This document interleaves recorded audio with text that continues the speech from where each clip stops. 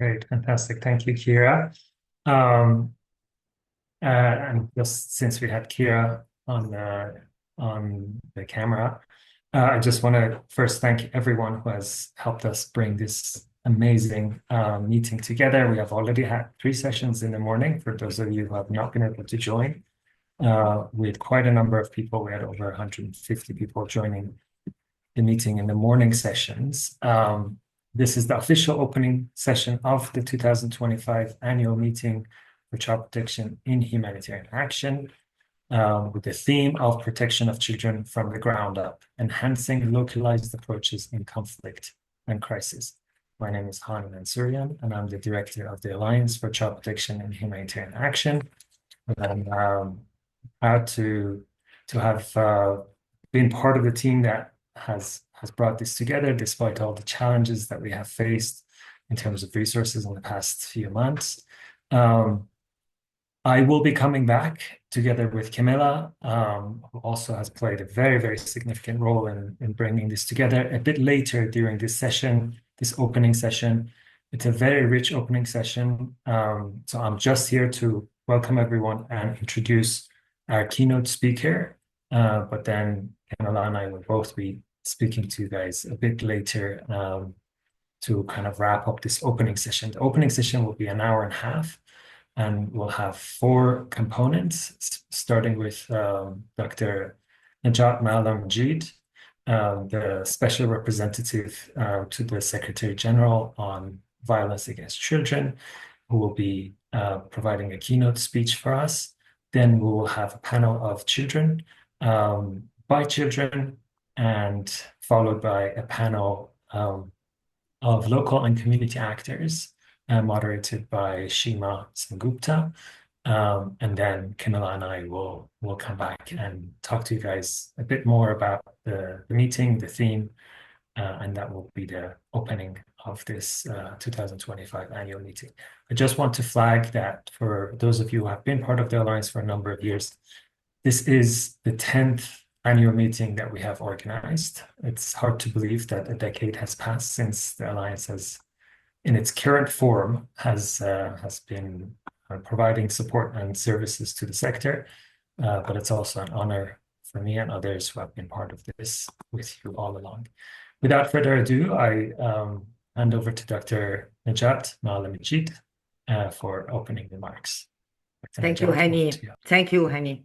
Dear children, dear participants, dear colleagues, and dear frontline protectors, it is an honor to be with you at the 10th annual meeting for child protection in humanitarian action.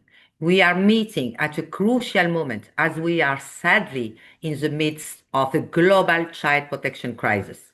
Humanitarian needs are surging, conflicts are multiplying, and climate change and natural disasters are intensifying. And children are paying a huge price. By the end of 2024, over 47.2 million children were displaced, while many, many more were traumatized, exploited, and left without care. Today, 1 in 6 children in the world find themselves in contexts affected by conflicts. Around 1 billion children are now at extremely high risk of being affected by climate change. The urgent need to protect children is drastically increasing. The responses, which already didn't match this challenge before, are being alarmingly reduced as major donors are pulling back. These budget cuts are not abstract numbers. They translate into millions of children at higher risk of becoming victims of violence. Many more migrant and refugee children go undocumented, are separated from their family, are deprived of liberty. Girls are increasingly exposed to early forced marriage. Children are more and more vulnerable to being trafficked for sexual exploitation, forced into child labor, or recruited by organized criminal or violent extremist groups. The grim list goes on. Dear frontline protectors of children, in the face of this desperate situation, you continue to stand strong. You walk under fire, under strain, and often unseen. And still you show up. You protect, you rescue. You continue to demonstrate the crucial need to strengthen local systems ensure solutions are context-specific, and guarantee child and community engagement and empowerment. In South Sudan, it is the local caseworkers who continue to trace separated children even when their own communities are in crisis. In the Sahel, child-led groups advocate for their right to be safe. In Gaza and Haiti, it is national child protection networks, some now operating from the rubble of their offices, who are supporting families and bringing them to safety. In Ukraine, it is local and national actors who are delivering child protection and mental health and psychosocial support. In Lebanon, parents and communities are acting to protect their children through a model called Qudwa. In refugee camps in Jordan, social workers, teachers, and doctors work side by side to create an island of safety in the storm. In this and many, many more contexts, it is you, the local and national actors, who are leading the way. You are the reason why many children survive and begin to heal. We owe you not only our gratitude, we owe you our full backing, our solidarity and admiration. We owe you our commitment to shift power and resources to facilitate locally led action. Dear frontline protectors of children, we can end violence against children in all settings, including in times of crisis. But it will take sustained political will, courageous leadership, and an unwavering belief that all children matter independently of their status. I want to reiterate that my mandate continues to mobilize more and more countries to take concrete action to safeguard children's rights to freedom from violence in all settings, including in humanitarian contexts. This builds on the unprecedented mobilization that culminated in the first Global Ministerial Conference on Ending Violence Against Children in Bogota, Colombia, in November last year. High-level delegation from around 120 countries and a wide range of other stakeholders, including those involved in humanitarian setting, were gathered for this game-changing event. Hundreds of concrete commitments were made to accelerate action to end violence against children, including in humanitarian settings. The Pathfinding Global Alliance to End Violence Against Children, which now includes 44 countries, was also launched at this conference. I will continue to work with all of you to maintain this momentum. Let this annual meeting be more than a reflection. Let it be a rallying point. We cannot give up. We must continue to stand up for and with children. Thank you so much. Thank you so much, Dr. Najat. As always, encouraging words. And really thank you for all the work that you're doing and leading globally. And I know you visit a lot of countries and encouraging colleagues at the country level the way you just have done for all of our colleagues. So with that, I would like to hand over the floor to an impressive young woman from Nigeria, Janada, if I pronounce it correctly, who will be facilitating and moderating a session with children. And we are very excited for these children who have agreed to come and speak with us and help us chart the way forward for protection of children in humanitarian action. With that, over to you, Janada, and really thank you very much for this role that you're playing. Thank you so much. Good day, everyone, all our listeners and audience all over the world. My name is Janada from Nigeria, and I'm honored this morning to moderate this session where young people and children will be amplifying the voices of other children in their communities regarding issues that are affecting children and young people, especially in humanitarian crises and conflicts. So today, we would listen to three incredible people who are not only children, but also the voices of the voiceless also. So without further waste of time, I would like them to introduce themselves and tell us the work they are doing in their communities. So I'll start with a young child from Nigeria, Mbasa. Please introduce yourself and tell us the work you do.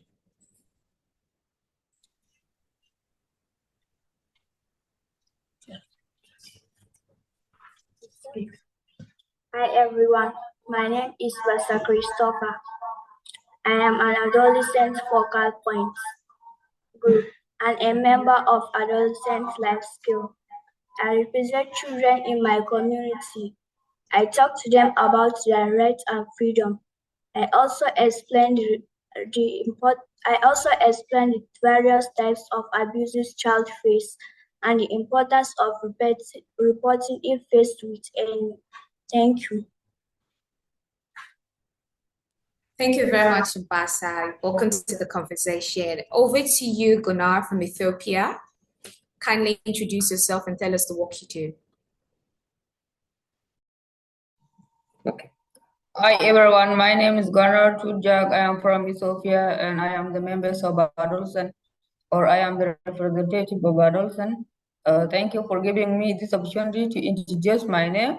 Thank you. Thank you very much, Gunnar. Over to you, Hanadi from Ethiopia. Kindly introduce yourself and tell us the work you do. Hi, thank you very much, Janata. Hello, everyone. This is Hanadi from Ethiopia. I help my community by advocating for girls in crisis, mental health, and youth participation. And I also work as a youth advisory board acting president for Plan International Ethiopia. Thank you. Thank you very much, Hanadi. So today we would be hearing from these young children and young people about the problems affecting them in their communities and what they feel can be done to address these issues. We know that anything done for us without us is not for us. And anything done without the children and the voices of young people is not complete. So today, their voices will count in this conversation, and we hope that our voices will not only be heard, but our voices also will contribute to the change we want to see. So I would like to start with you, Mbasa. Kindly tell us, what are the problems affecting you in your communities here in Nigeria? Over to you, Mbasa.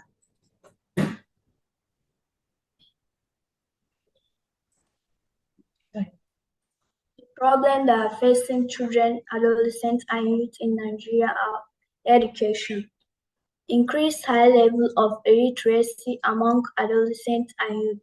Most of them are out of school. Then poverty, its increased rates of poverty among adolescents and youth. Most children are hawked in order to bring food to the table instead of going to school. Then health, inadequate access to quality health services for adolescents and children. Early marriages. Most girl child are being married off at a younger age, like 15 to 16 ages. Thank you.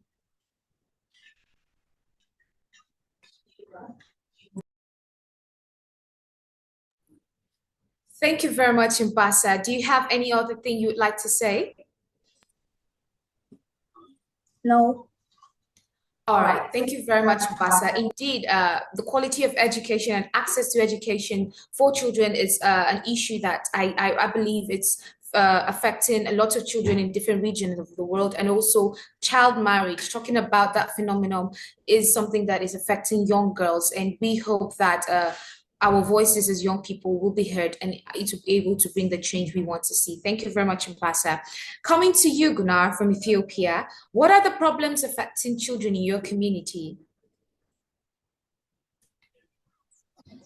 Yeah, the problem that affects our community is early marriage.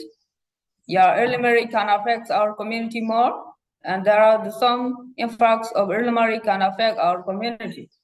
Yeah, dropout or school dropout is the one thing affects our community, because if the girl got early marriage, yeah, her education can affect for that dropout from school, and it makes them busy, or it makes them to be household activities, because they do a lot of things in their home, because you get household activities, all activities can do, but he will don't have time to do the activities of education or school.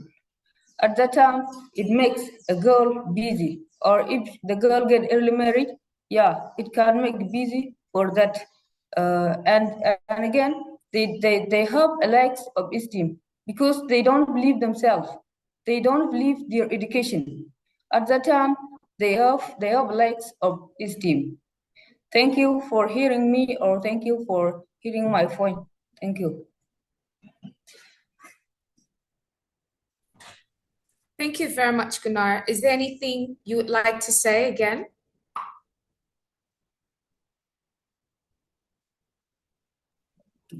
Yeah, I have anything to say, or let me add something again. And the thing what I would like, or the thing what I would like to say again, in my community, I want something, or the what, or who will help, or what will be done in our community, and our community needs community meeting or a lot of training for adolescents, or in the community we need a lot of meeting for women and everyone who is in the community. We need them to be community or consultation to express what is problem in the community. They can share their idea if there is problem in the community, and the thing that is the thing what I would like to add again. Thank you very much, Gunnar. I can see a similarity between what Ebasa and Gunnar have said in the aspect of child marriage. That means child marriage needs to really be addressed, especially for young girls. Thank you very much, Gunnar, for your contribution to the conversation. Over to you, Hanadi. Coming to you, Hanadi in Ethiopia. What are some of the problems affecting you in your community? Okay, thank you very much again, Janada. So in my community, we have in Ethiopia, we have more than 11 million children who are affected by conflict, internal conflict, displacement, and also drought. And also, most of them are out of school, living far from their families, and also living with fear. And too often, this is not considered to affect our mental health, but it does actually affect our mental health. And also we're carrying so many stress, and we live with worry because we have witnessed violence, we have seen abuse that are beyond our brain's capacity, beyond our age. And also we have had our lives turned upside down. And so these feelings are most of the time not shared with others because they're kept to ourselves, because not too often people do understand. People don't actually ask how this affects our mental health. And also how the youth in my community, the youth are helping by giving ideas in sectors where they design a safe corner for children and youth, where they can draw, can talk, and can actually be who they are with the people they understand, with the people who understood them the most. And also with Plan International Ethiopia, for me, myself, I as a youth champion, Plan International Ethiopia, organizations like Plan International Ethiopia, who empower youth and children to be themselves, to get empowered, and also, sorry for that, to participate in places where their ideas and where their experiences are shared. So this is what I want to say. And also youth, young people, local young people, and local communities also help on this.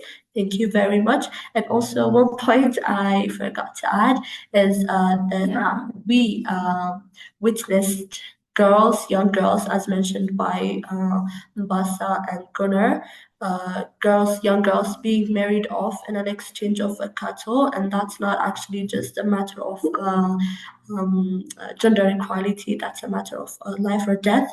So there's been a lot that children and young people have. Thank you very much. Thank you very much, Hanadi. I believe what you said is quite relatable, especially to me as a young person coming from a conflict zone. So I believe it's relatable, you talking about how children have been affected, but there's no one to talk to them, no one to counsel them. But I believe that change that we want to see would come. And thank you so much for your contributions, Hanadi. And over to you, back to you, Basa. I would like you to tell us what you think can be maybe the solutions or what can be done to the problems you've raised or you've mentioned. Over to you, Basa from Nigeria. Go ahead, Basa. Go ahead. Speak. Based on education, our local leaders need to do more to provide quality education for out-of-school children in moral communities in Nigeria. And based on health, it enhances access to affordable health care based on the needs of adolescents. And early marriages. Every girl child have the right to be free from violence and to girls' health care and education. And poverty. Parents should take the responsibility of their children and not a child take the responsibility of an adult. Thank you. Thank you very much, Basa, for that contribution to those beautiful solutions that we hope that the decision makers would listen, hear, and also carry the young people and the children along from the consultation to the implementation down to the execution of these solutions. Thank you very much, Basa. Back to you, Gunnar. What solutions or have you identified or do you think you would like for these issues that you've raised to be addressed? Over to you, Gunnar, from Ethiopia.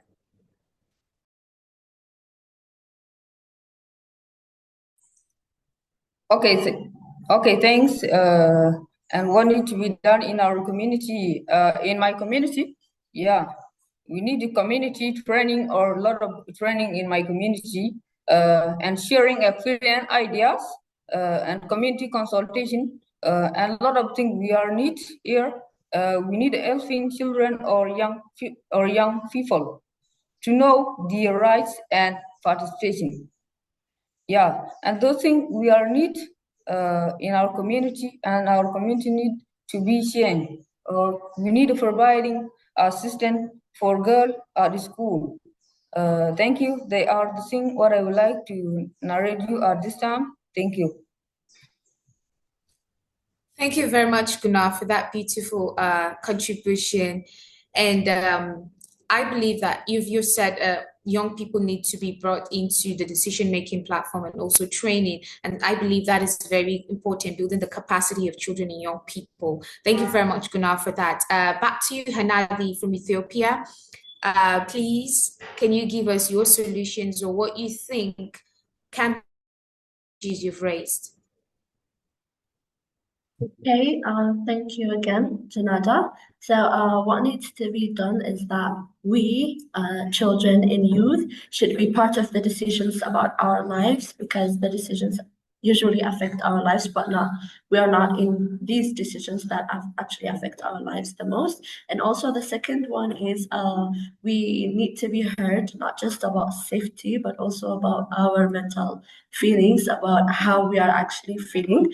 And the other one is we want our feedbacks to be taken seriously whenever we feel like our ideas are bringing change.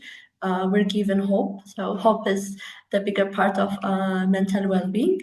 And the last one is we ask to support the local people who are already helping, and those young youth leaders and youth groups and communities that are trusted by us, trusted by children and youth, to be supported.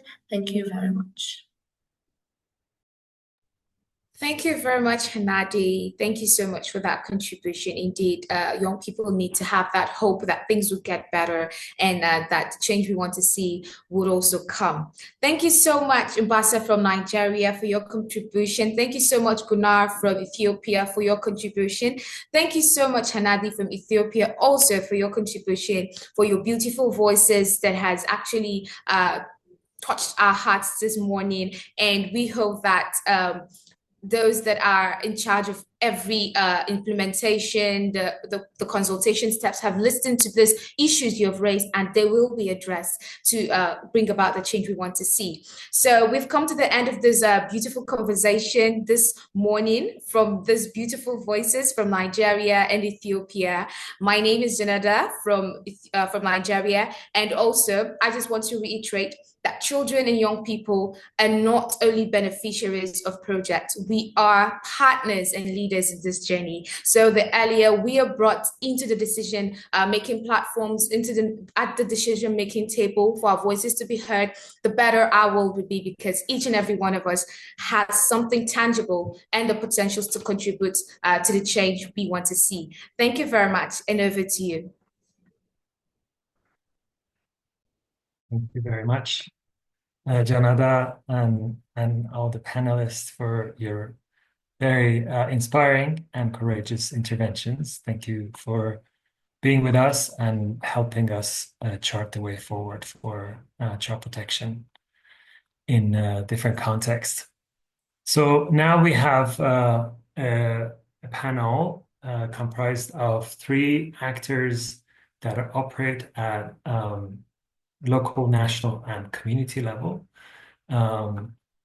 This panel will be facilitated and moderated by Sheema Sen Gupta, who is the Global Director for Child Protection at UNICEF. I'm just checking if Sheema is with us and can be spotlighted at this point. We're just slightly ahead of time. Okay. I believe she's here, Hani. If she's able to turn on her camera, and we can spotlight her. Yeah, I do see her, but but she might not be at her desk. She might not be at her computer, because I know she was running from another event to this one. So no worries. Camilla, I suggest that we shift the order and come back to this session in a minute.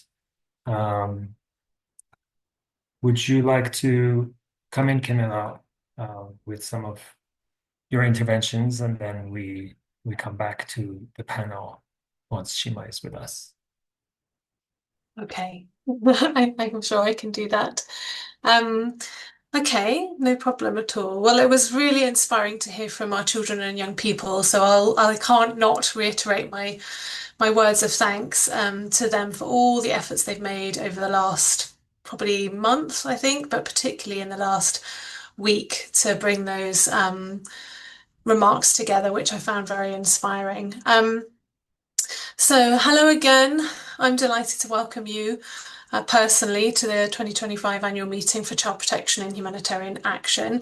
I hope you've enjoyed the meeting so far. I've seen some of you joining from early morning and some of you joining very early in your time zones. My name is Camilla Jones, and I'm the Deputy Director at the Alliance, seconded by International Rescue Committee. A key part of my role is to lead the coordination of this meeting and the Alliance's technical groups. So, as you know, our meeting theme over the 3 days is protecting children from the ground up, meaning that we're concentrating on localized approaches to protecting children in conflict and crises. And you know, as we know, the humanitarian sector is so stressed and stretched at the moment, more than it's ever been.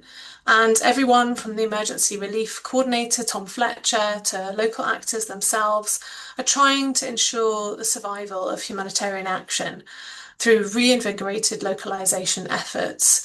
And so this theme seems incredibly timely. It was selected before our meeting, before the current funding crisis, but it is still relevant. A focus on localization also has its roots in our 2021 to 2025 strategy and before. So we've really been working hard to get started in this area and to implement in this area for some time. And in that strategy, we made strong commitments to shifting power to local actors, to advocating for child protection funding, and to ensuring accessibility of Alliance resources and opportunities. The over 200 individuals we consulted with about this year's meeting theme were also clear that localization was the topic that they wanted us to concentrate on. And the way forward for us to make sure that children's protection is centralised in this changing humanitarian landscape. So you are all already here because you believe in the dividends of investing in child protection in crises. And after hearing from the children and young people, I'm sure you also agree in the need to hear directly from them and the importance of engaging them in our work, not just because it's impactful, but because it helps them to heal from what they've experienced, as Hani was telling us and has been telling us in the last few days as well. And we'll be hearing a bit more about some of these themes as the day goes on and from our local actor panel that will follow. So as Hani mentioned earlier, it's 10 years since the Alliance was founded. And so this is our 10th annual meeting. So we're really happy that you're here to celebrate this milestone with us. But the movement towards a more localised child protection system can be tracked in our own evolution as a network. We've moved from in-person annual meetings for those who could afford to travel to Geneva to an online format where more than 1,500 people have registered for these 3 days of events. We've moved from a small group of UN agencies and INGOs that have led child protection in humanitarian response to an over 300 member organisation, 70% of which are local and national organisations.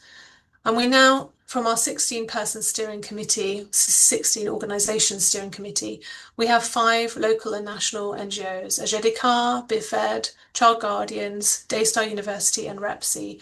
And we also have 5 local and national champions from crisis contexts as part of the Alliance, many of whom will be playing a part in this year's meeting. Stephen just facilitated the networking. But we know this isn't far enough, which is why we're continuing our focus on localisation in the 12-month strategic brief, which we'll be launching in the next session. And through this, we're going to give localisation new legs, grounding it in a focus on child protection systems. So we launched this brief to safeguard the gains we've made and push to do more and better so that we can harness all of this energy from across the network to deliver more for children.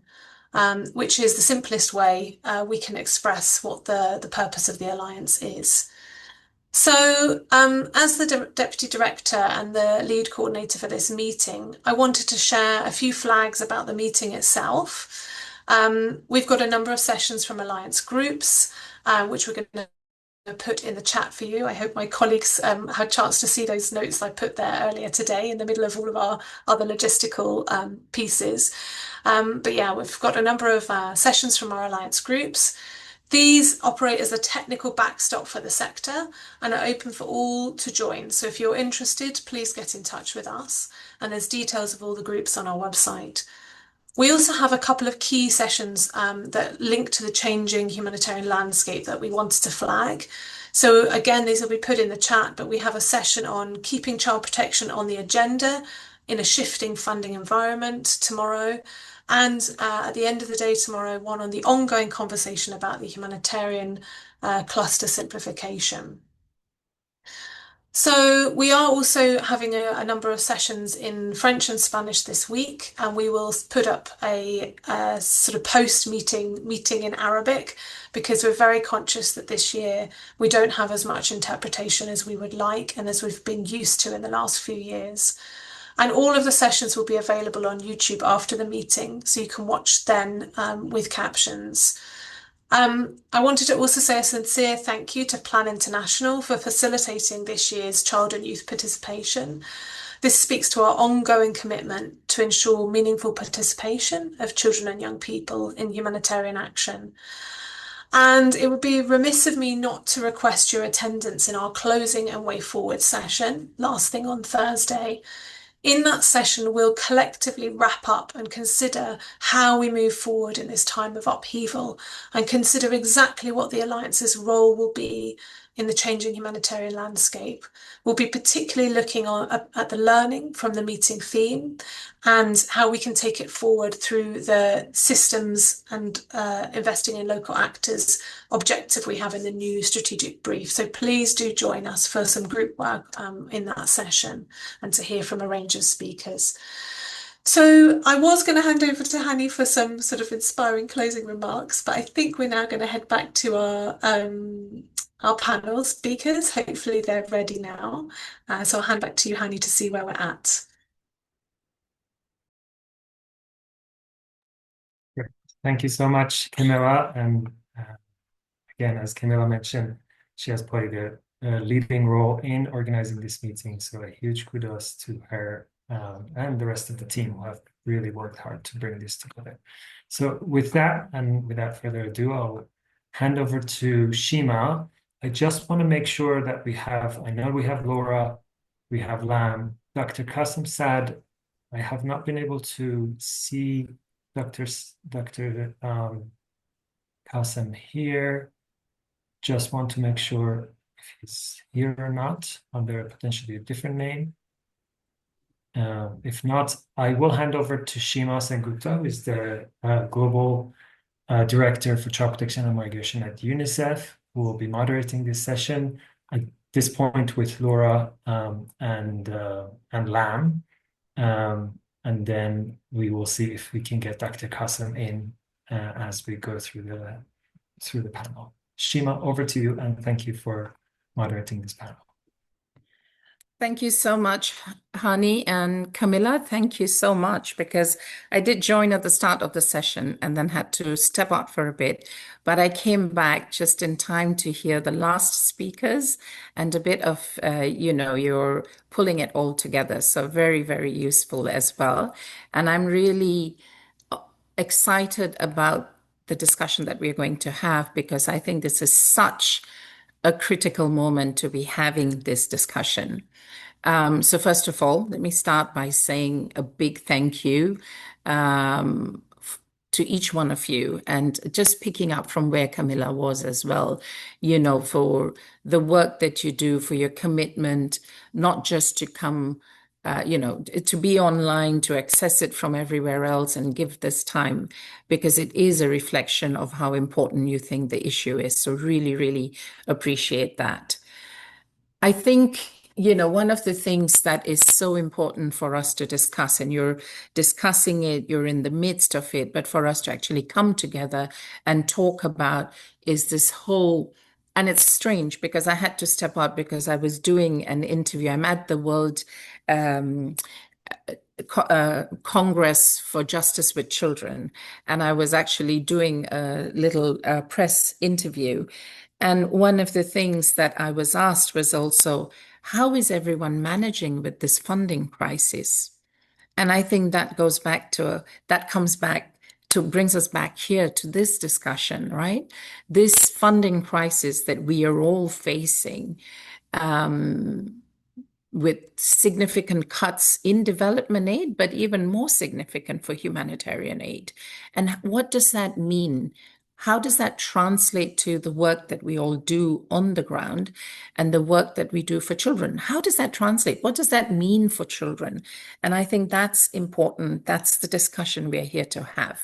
And so while we do have these challenges, I do know that this is a moment that all of you have been thinking about, have already kind of pivoted to finding different ways of doing things, different approaches, looking at what works. You also know that there is that whole humanitarian reset where we're also looking at how to look at more localization. How do we get closer to the people? How do we deliver closer to the people? And so I think this is really, we could turn it into an opportunity to look at localization and how that works. As you are all aware, for the last couple of years, maybe 3 to 4 years, there's been these little nudges and pushing for localization, but now is that opportunity. I think we can look at that. I don't think these models which have been top down, however mixed it's been over the few years, I don't think it's going to really work so well anymore. So we really have to find different ways of doing things. And I do look forward to hearing from you all.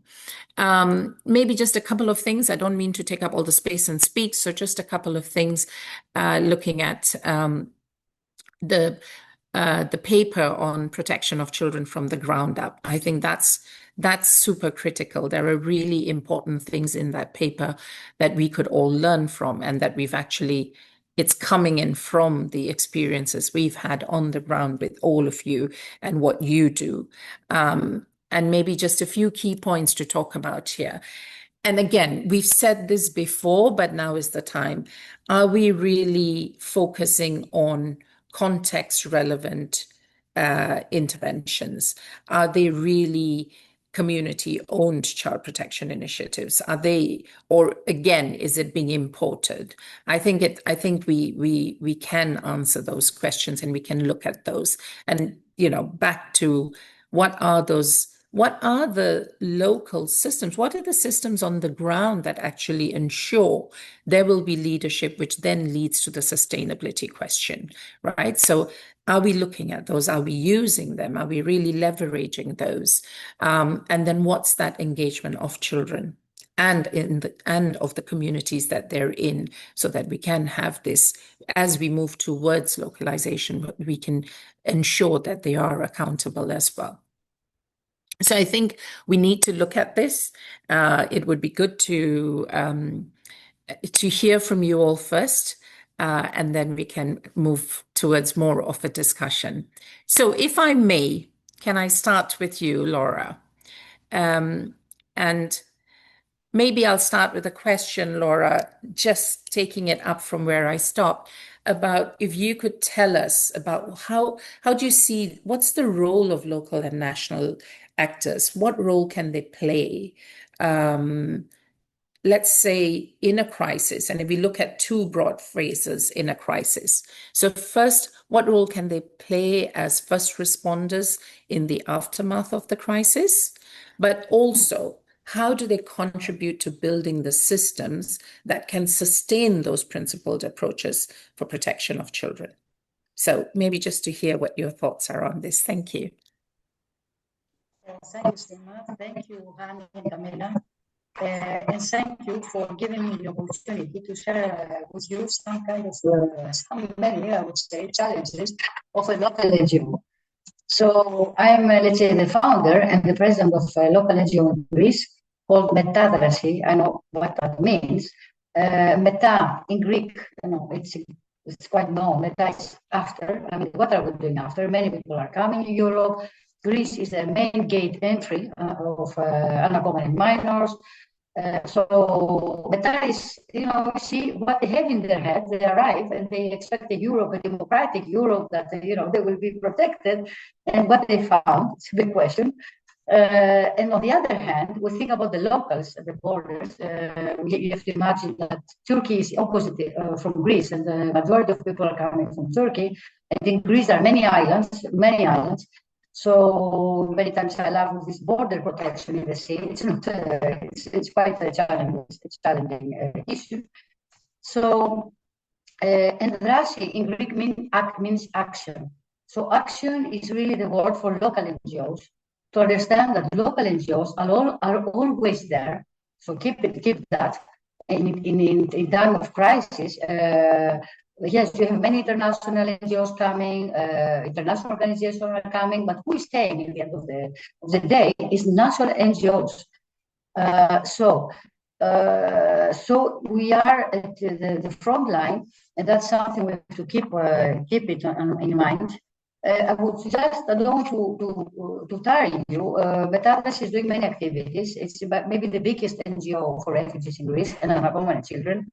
But we are dealing, with interpretation. That's a main issue. All around Greece, we give interpretation for asylum in the hospitals, in shelters for unaccompanied children, for other NGOs.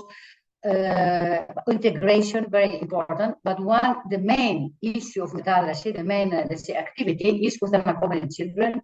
And that's another word we have to keep in mind, that local NGOs are the ones who are bringing innovations and structural changes. So I would say that maybe 90% of our activities with unaccompanied children is it's in innovation, not only in the national level, but also in European level.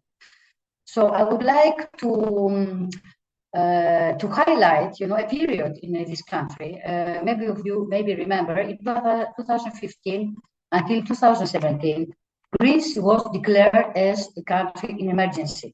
So it's true that thousands of people were coming every day, thousands, in a country that, just to give you a number, it's 10 million. This is not a big country, it's 10 million. So you can count that already more than 1 million passed from this country those years, 15, 16. So it was really a very urgent situation. So let's say, where these people were arriving? On those Greek islands. And believe me, who was in those islands? It was, believe me, only Metadas is Greek NGO in all those islands. The Greek people, the locals, and the authorities, let's say the local police and the local coast guard. So every day, having thousands of people coming, mainly from Syria at that period, it was a huge challenge. I mean, what we highlight during this period, especially in 2015 and beginning of 2016, we highlight that the flexibility of a national NGO, the trust, it's very important. I mean, local NGOs, and sometimes we don't think about this force that we have. We are integrating the local networks with a phone call, with a hospital, with somebody we know to open the door, that we're coming with our car, with children, the hospital. So let's say that this is a very strong point, the flexibility and the trust. And what is leading to the immediate response. So it's true that in 2016, many international NGOs and international organizations came. And it's true, me personally, I'm 30 years in this field. I was shocked with many kind of attitudes, and I'm not afraid to say. So, and then I start thinking about, and one day I'm thinking maybe I'm going to write down a book. What happened? They sent us an lady. They cannot hear you probably. You hear me or not? You hear me? Sheema, yes. They say they hear me, it's fine then, yeah. Okay. So,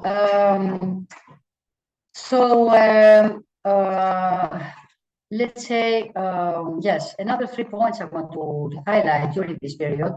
The first thing is innovation, because during this crisis and with funding, that many funding came in this country, which is another question, how much of this funding finally reached local NGOs?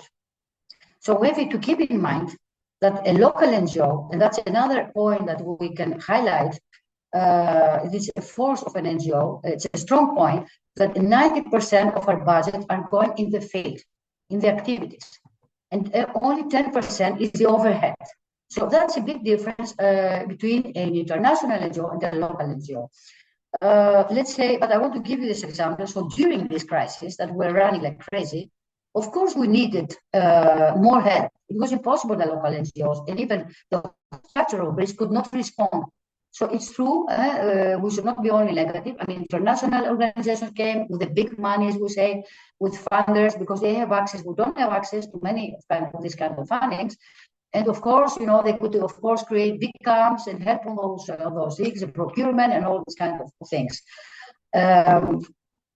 But thinking of on that period, I would like to highlight that just 1 year before, 2014, to give this example, the protection of unaccompanied children, and how a local NGO can reach great things that nobody could imagine, the impossible, really, I would say, that already from 2 years before this crisis, we were talking about guardianship. Guardianship, we were trying to find for unaccompanied children, they should have a guardian. Of course, in Greece, it's the prosecutor who is the guardian, but you have to imagine for many, many years, because I was in UNICEF and was trying to train these prosecutors in Greece to understand that you're responsible for those children. And then I think I'm only responsible for the Greek children. So all these prosecutors, they were just signing, let's say, whatever papers the police was bringing, and nobody was really next to this child to protect its right, the rights of the child, of those children. So we had this idea in 2014, just 1 year before, we managed, we were struggling to find some small funding from a foundation to start a pilot project for guardianship in Greece. And we started it with, so 2015, suddenly we had thousands and thousands of unaccompanied children arriving. What can you do with 15 guardians? Of course, I was trying, to highlight to all levels, to the European Commission, to UNICEF, that it's so important that we increase the number of guardians. And of course, everybody was saying, Lora, you see what is going around. This is like a luxury you're talking about, the guardianship. But in the end of the story, yes, because there were a lot of funding. And when we start covering the basic needs, the basic needs of the people, adults, children, etc. They start thinking this is how important it is, because many of those kids, I'm telling you openly, during that period became victims of trafficking. They disappear, those kids. So we managed, but when you have 1,000 with 12 guardians, what can you do? So slowly, and really, I would like to thank you, because UNHCR at that period was listening and say, okay, Metallurgy is a very experienced organization. It's not by accident. They are struggling with this guardianship. So they found us, we start raising the number of guardians. In the end of the story, I mean, the end took many years, but to say it is really an example, a good practice, how a local NGO can influence and put forward its priorities. And in the end of the story, we managed to be funded from European Commission. So from 14 guardians in another 2 years, we reached 80 guardians, and almost 2/3 of those kids, for the first time in the story, in the history of this country, had a guardian. And it is so important, because when we are here to, the children, and congratulations, you put the children, the voice of the children first. There we're talking about education, and education is very important. You can't believe how many times we struggled with schools that they were overstretched, and they didn't want here to take more children, from other countries that they don't know Greek, to put pressure and to manage to open the door for those kids to go to education. All kids have the right to go to education. It's not the only thing. So to just finish, just to answer your question, I would say that it's so important. I mean, the role of local local NGOs and national NGOs, and for sure, we have to do something to raise the awareness with campaigns. I mean, if we have time, we can talk more.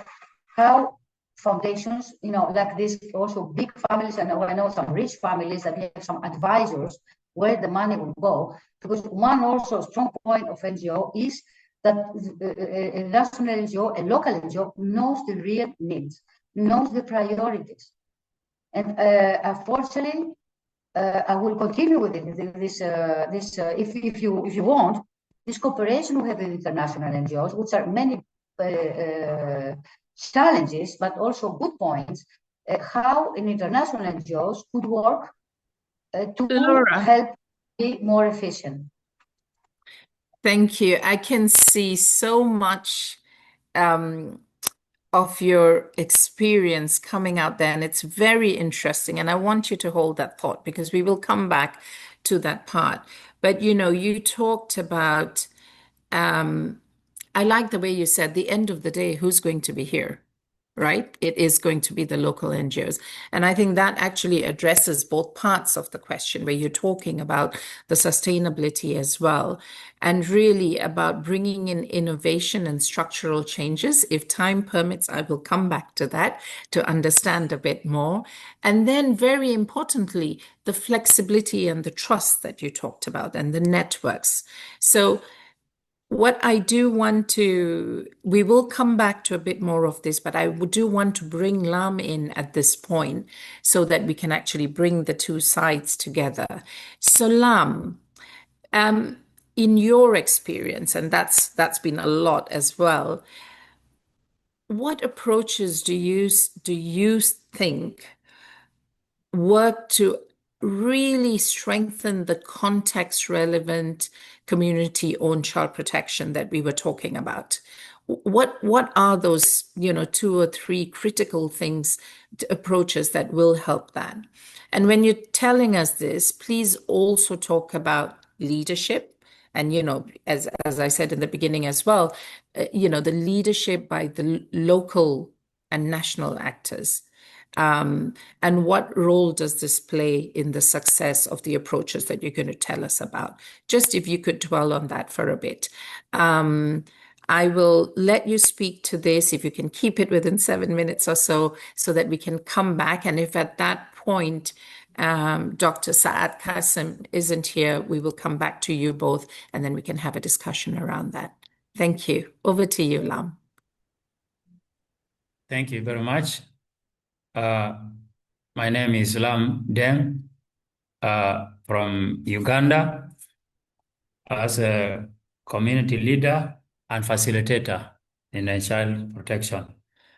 From Life in Fullness Together approach to discuss an issue that affects the very foundation of our societies, child protection, for years.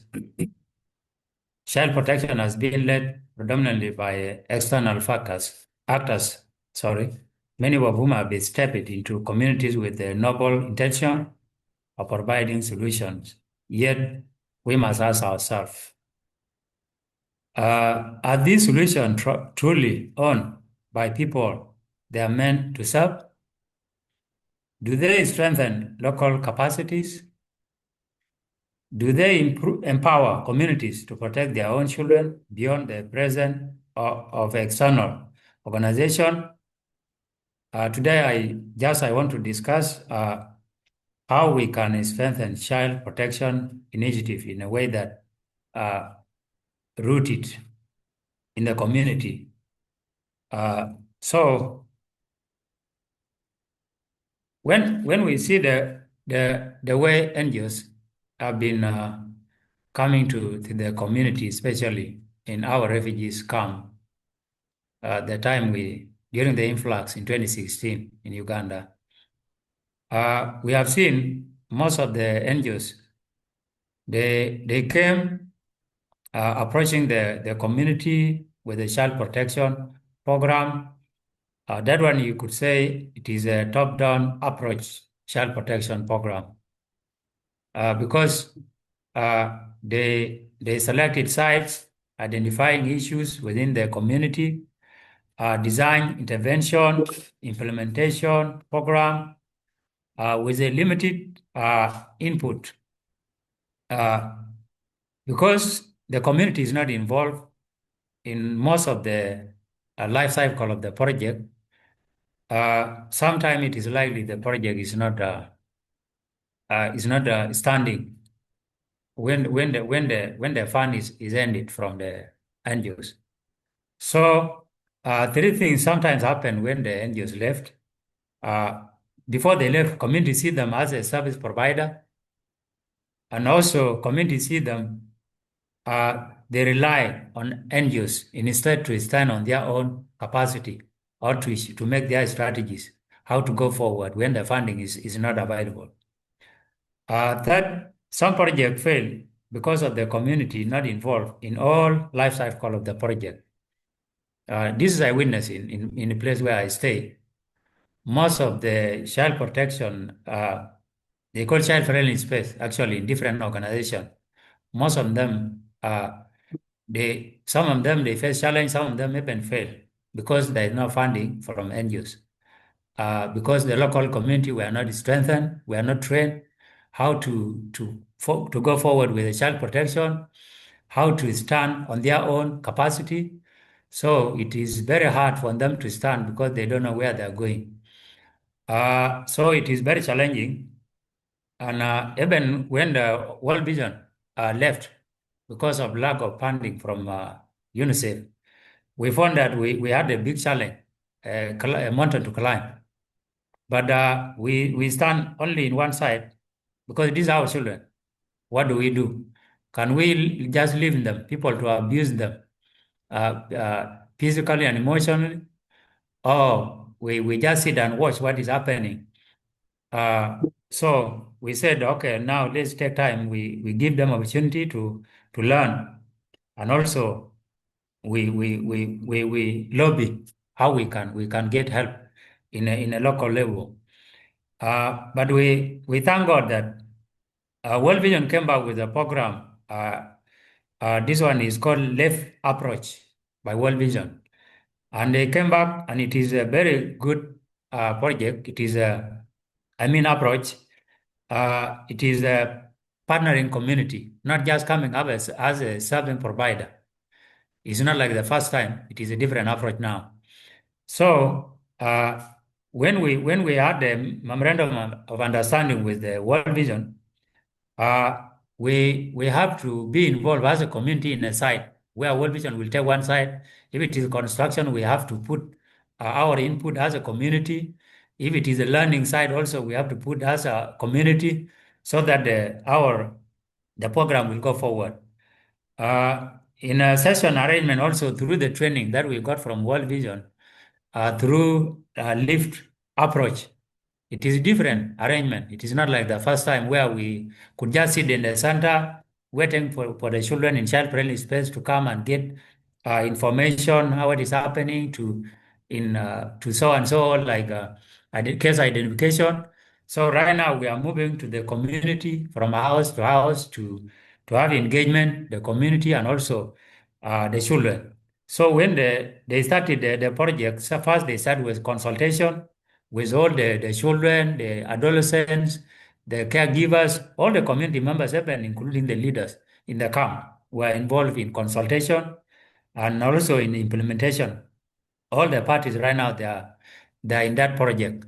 And it is very interesting. We have seen change because it helped the community to understand what is their role in a community.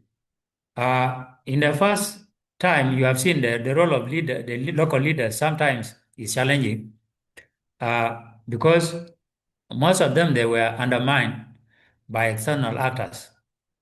Two, they are lacking adequate resource and expertise in a child protection engagement. So those are the things we have been experiencing. But LIFT project, LIFT approach, it is different from the first child-friendly space.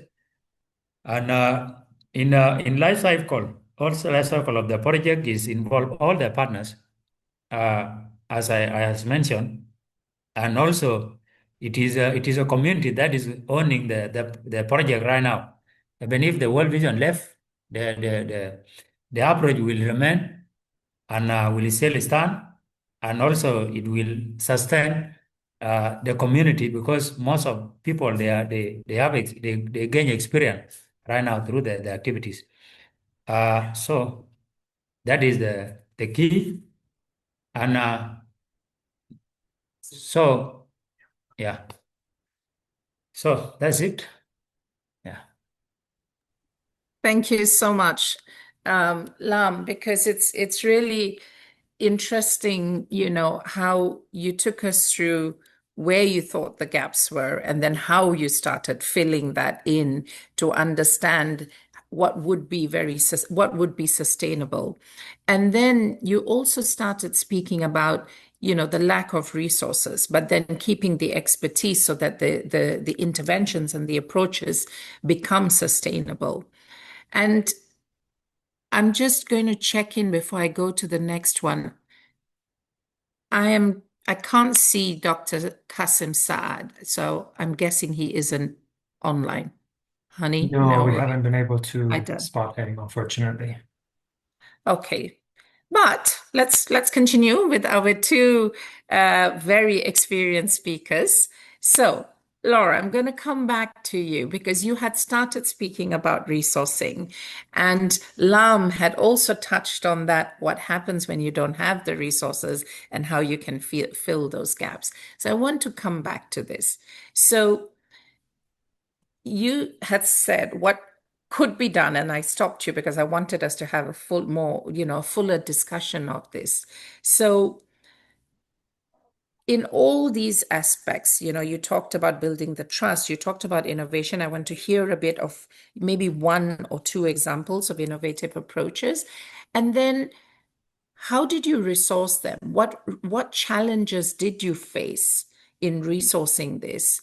And then you can come to the recommendations that you were going to make about resourcing. Like, how do we do that?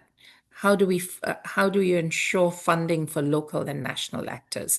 I'm sure everyone else wants to learn from your experience, but also any other ideas that you have. And again, I would say, please do stick to 7 minutes. Thank you. Okay, thank you, Sheema. It's a very hot, subject, especially now, as you said, with what is happening with cutting the funding to UN. And for us, UNICEF, it's very important. I would just want to share with you that this year, we had something like almost 70% of the cutting from UNICEF. And the first who are suffering are local NGOs. Do you hear me? I'm not sure. Yeah, you don't see me, but it's okay. Do you see me also? I'm not sure. We see and hear you. Okay, that's great. Your image is frozen, but we can it's still frozen see my image, let's say, yeah. But we can hear you. Yes, okay, I will continue. So I will stick on that experience because it was really, for the first time, I had personally this experience with this crisis that many international NGOs came in Greece and international organizations. And I will start with the challenges we face. And I will come out with 2, 4, 5 challenges. The first one, per a minute, just to see, yeah, oh, yes, no, let's see what is going on. You hear me? You hear me, Sheema? Yes, yes, we do. Okay. So, the first challenge I would say is that, just to give you an example, when this crisis came out, I had every 2 days an international NGO coming in my office and saying, you know what, we want to do this or we want to do that. So we're saying, the needs are not that. Okay, it is important, that you invest, let's say, on activities for children, but now the children in those camps are hungry, are cold, are no shoes, are, So they said, oh, we have this money. Do you want to do it? Yes or no? We will say no, because our priority is that, the real needs of the children now. So that was a huge challenge, believe me. And now I would like to share with you that, it's funny because Camilla, I forgot you are from IRC, it's true. It's only one NGO during 2-3 years that came and said, what are your needs? What do we think we should do as priority? And that was IRC. I never forgot. There was a shelter for unaccompanied children because they're everywhere, and there is a lot of trafficking networks here, and we have to save those children. They cannot be on the street. They cannot be on those camps. Do you hear me, Sheema? Yes, we do. Okay, because we are struggling here with the image. I don't know what's going on. Okay, it's a bit stuck, but okay. We'll continue like this. Wait for the program to respond. Okay, so this is the first challenge, and that was a very difficult challenge. And I would say that beside, this kind of where we are very efficient as organization, very transparent, etc., we stuck with another title. We are stubborn, and local NGOs has to be stubborn because we said that maybe the only NGO who said so many times no. We don't want your findings for needs that it's not a priority, because we cannot go to a camp that they were saying, I still remember a foundation came here and said, we have some money to make a clone in a camp. We said, we cannot, it would be a shame as Metadra. I said, when you have kids that they are, it was a very hard winter, they don't have blankets, they have anything to do a spectacle, let's say in French, with the clowns. So to come to this proposal that the real needs have to come from the local NGOs to international NGOs and organizations, and then to funders. Many times this direction is on the opposite way. And sometimes they are not responding to reality. So the second big challenge you had, because we say yes, funding, but funding are linked also with staff. So what was happening? International organizations were coming, and then they were really, there was like a human drain from local NGOs to international NGOs.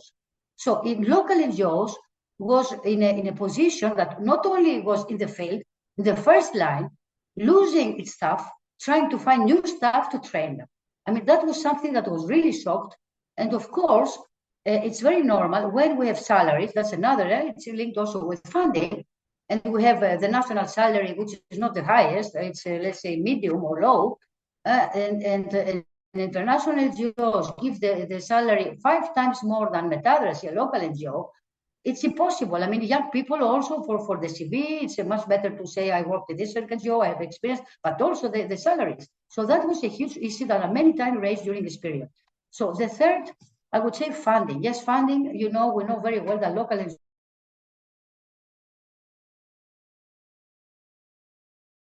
Oops, I think we lost Lora. Let's wait for a few. I'm sure she'll try and get back in.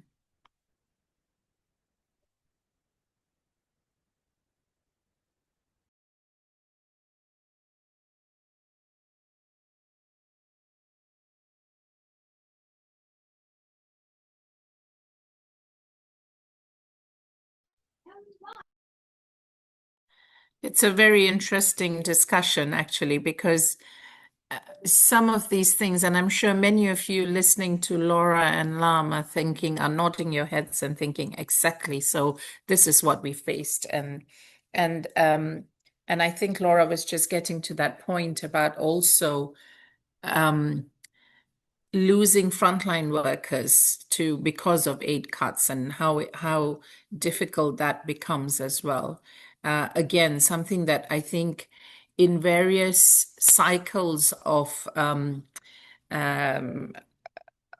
crisis and the ebb of crisis, if you like, we have seen it happen. But this time around, it may be a bit different as it's kind of hit everyone at the same time. So I do want to hear from Lora what her experience has been, and then we will come back to you, Lam. Let's give it a few seconds. If she doesn't join back in, we can come back to you, and then we'll.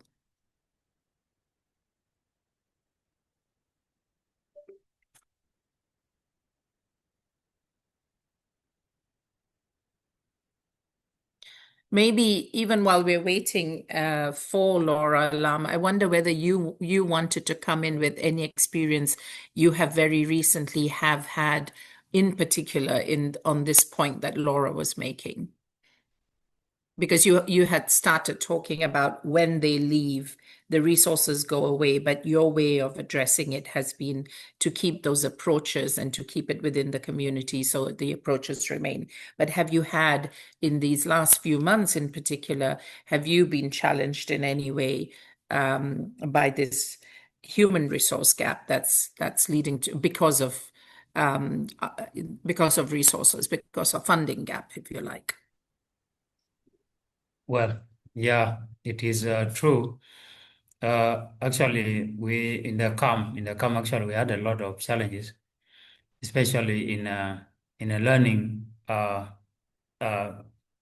side, where most of the children in the camp right now, when you go to every household, you find that 1 or 2 children, they don't go to school because currently there's no fund in the camp. Even you find some houses, children, they sleep without food. So it is really very challenging, and it is a high time for us to stand up and speak about it, so that the leaders will understand what is going on with the children, with their caregivers and the rest. So it is a high time for us right now to speak about the issue of lack of funding, and also the communities at large. It is even it is creating gaps between hosts and also the refugees sometimes, because when children are lacking, sometimes they go and and take things in their own without permission from the owners. And this one will create conflict between communities, between refugees and host communities. So this is a very dangerous situation where we are in right now. So I think we need to give views more about this topic because it is almost paralyzing all the activities people want to are creating in different locations. It's not only in Uganda, it is even almost in the world. So it is challenging for us, but yet we stand up with though we have a funding. We also have to volunteer and help. We can do in a side what we can do, and what we cannot do also we share with our partners and we talk to them about it, so that life continues. Make a very good point, right? Because where you have this fragility, right, between the host community and the refugees, and I think it is so fragile that even after years of building on it, when something like this happens, it can spark off conflict, as you say, right? It's so important to be cognizant of that and try and bring people along, it would be good to hear from you then.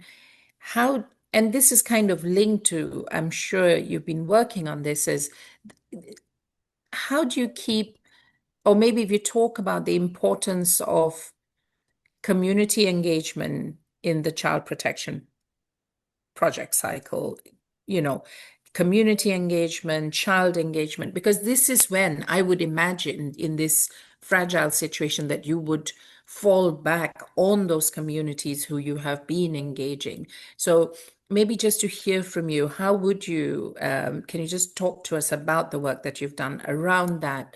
And how can this be done in a way that it's effective, but also at times like this, when things become so fragile, we can draw on them?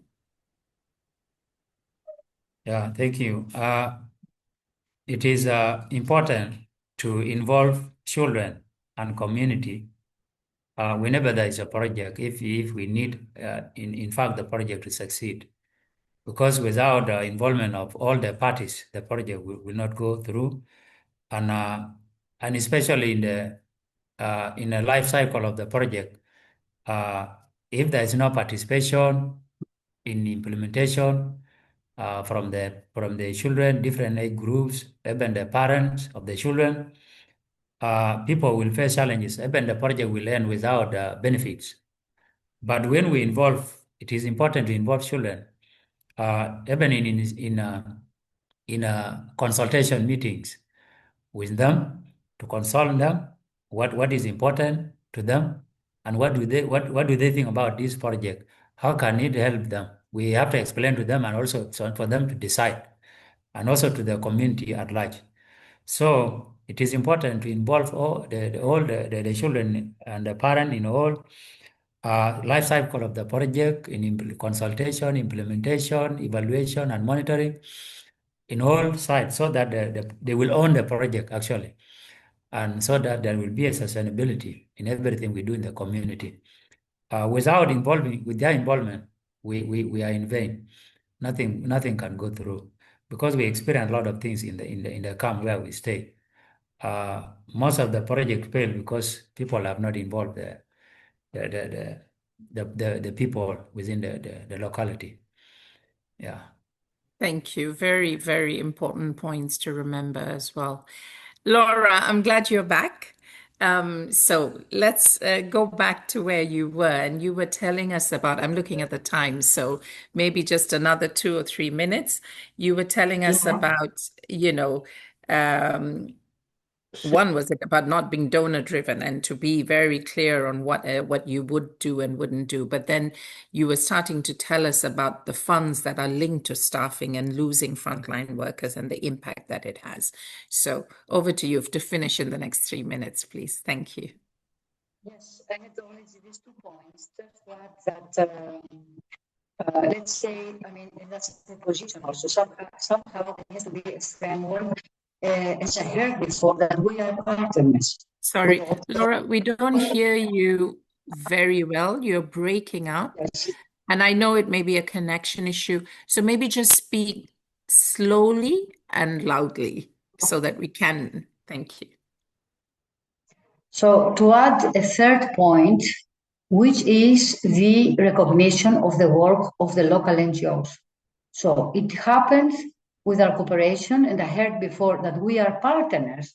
We are not just, I mean, that's a motto. We are not just implementers. I know the images, it's stopped, but it's okay. So we are not just implementers. I mean, we have, the partners have to hear the voice of local NGOs. So to say that when we're talking about capacity building, we have to see what are the real needs. We need the framework of cooperation with international organizations, international NGOs. Just to give you an example about publicity. When we're doing all the work in the field, and I heard through Family for Every Child, I realized that many times there are international organizations, I'm not going to mention, and international NGOs, that when they are doing some kind of publicity, there is nothing about the local NGO who is doing the work in the field. So if they don't help us to show also our work, how can we find funding? I mean, that's something that has to be regulated. So to finish, there are of course many positive things with this partnership with international organizations, international NGOs. The first, just 2 points. One is the advocacy, and of course, when we have a common paper and we have to promote some kind of systemic changes, to change things for those children, it is very important to be all together and try to change things, because international NGOs can highlight the problems in an international level or in a European level. That is difficult for local NGOs. The second thing is, of course, and we were very helped and grateful for the systems, and that's important for local NGOs, to highlight the transparency, to have systems that we can prove that we are transparent, we are efficient, etc. Because we can say all that, it's important also to prove. And we adopt many of those systems from the experience and the know-how of international organizations, I would say, especially UNHCR.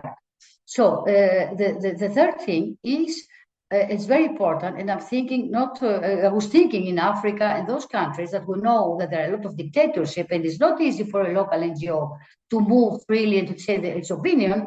It's very important to have an international organization, an international NGO who will protect in some problems, to not cover the problems, to highlight the problems of the children. And sometimes, yes, a local NGO could be weak, having the blackmail of the pressure of a government. And now we're talking also in Europe, we hear many things, that there is a very bad environment for NGOs, and especially local NGOs in Europe. So to finish with that, I would suggest that it's very important that the funding, because we know, as I said before, 90% of the funding of a local NGO is going to the field, to the activities really. So it's very important that those funding and those funders understand, if their money wants to go in the field, they have to really understand the crucial role of the NGOs to try to be together. It's not easy, I know there are thousands of local NGOs around the world, and to raise awareness about this need to support local NGOs, especially those times, and with campaigns, etc., etc. So yes, I think that everybody should have to understand, and sometimes, unfortunately, also local NGOs in the same country are not united. That is a need, and if we are not together, all of us, the local NGOs, and not struggling for alone for its funding, and sometimes I hear the word antagonism. I don't know, in French I'm saying that that one local NGO is against the other. So that is not good because of funding. That is something that is very negative. I want to be optimistic. I think that local NGOs in this time of crisis we will find a solution. Already, I mean, the volunteers, local volunteers and local communities will help. Firstly, they will help the local NGOs, and that's the only positive thing I can see in those dark times, historical times, I would say, we're passing. Thank you. Thank you so much, Lora and Lam, with your insights, the experience, the insights, and the wisdom that come with it. And you've spoken, but not just spoken about the critical issues, but given us examples of how they work, and talking about sustainability in terms of building trust, in terms of having access to local networks and access to local leaders and building that trust, and how that then leads to sustainability. That is so important for us to kind of understand and to see that go through. Being systemic and not just, and that's of course, Lora, another very important thing that we talk about, that let's build a system. But often we talk about building a system as though it's a whole big structure, but it really is about being systemic and how we go about that. And then, Lam, your point about participation and working with children and communities and getting that buy-in, which both of you have done, is so important in terms of, again, it's that trust, but leading to sustainability.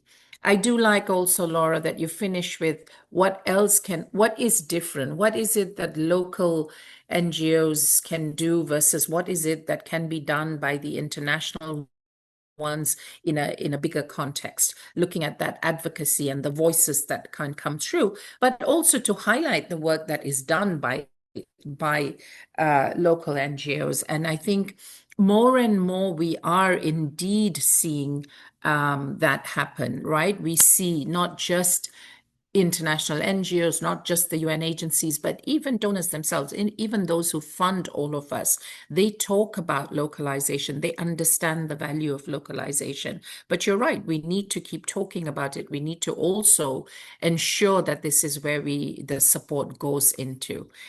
So thank you both so much for sharing with us your insights and your experience and the recommendation.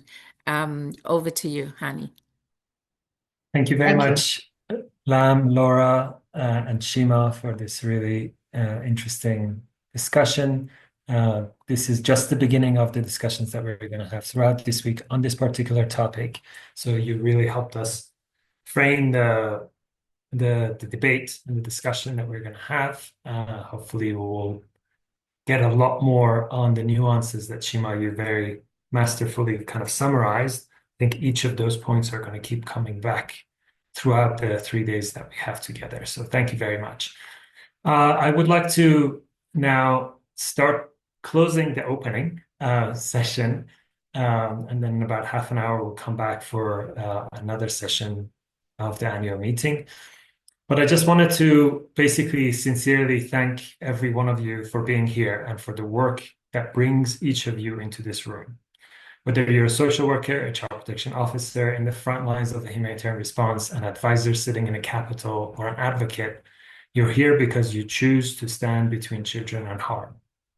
You choose to show up in the face of conflict and of crisis and of trauma. I feel that I can speak very openly with you all. The decisions some governments have made in the past few months to reduce their investment in humanitarian and development assistance is not just a budget decision, it is a moral decision. And it is partly our job as advocates for children to point that out. As a result of this, programs are closing, staff are being let go, critical services are being suspended, and most heartbreakingly, children impacted by conflict and crisis are being left without protection, without care, and worst of all, without hope. And we heard our children a bit earlier talk about hope and the importance of it. We are standing on shifting grounds. The floor beneath our work, the funding, the political support, the global goodwill that we once relied on is no longer guaranteed. And yet, we all remain. We remain because we know what is at stake. There's a 9-year-old Rohingya girl in Cox's Bazar who, after months of silence, began to speak again because one of you sat with her every day patiently without expectation.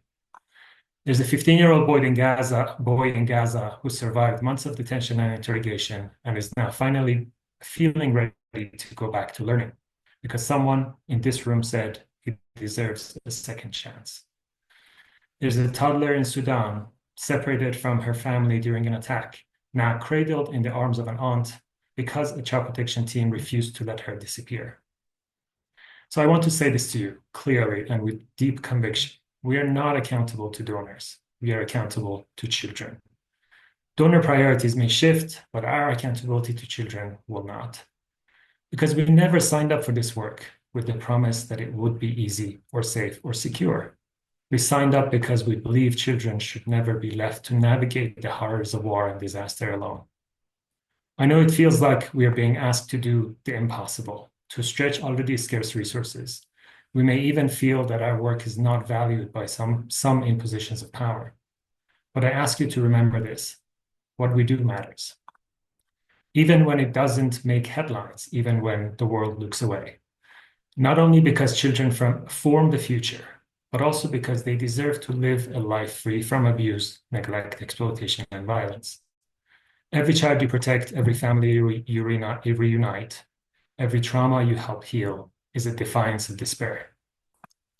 It is the declaration that we will not abandon the next generation to the consequence of choices they did not make. Yes, we are in crisis, but we are not without power. We have the power of solidarity among each other. In rooms like this, across borders, across languages, across sectors, we have the power to remind one another that even when the system fails us, we will not fail each other. And most importantly, we won't fail children. Let us remember that our strength does not lie in any one government's decision. It lies in the collective will of people like you who refuse to give up. It is in the counselor who finds a quiet hour for a child amidst chaos. It is in the program officer who says, we will find a way. It is in the supervisor who says, I will go unpaid so that my caseworkers can be paid. That spirit, your spirit, is the lifeline. It is what sustains this work through the darkest moments. So what do we do now? We support each other, we advocate, we adapt. We demand that commitments made to children are not erased with a stroke of a pen. We remind governments that budgets are moral documents and that turning their backs to children in crisis is a stain on their conscience, not ours. And most importantly, we keep going because the children are still here and so are we.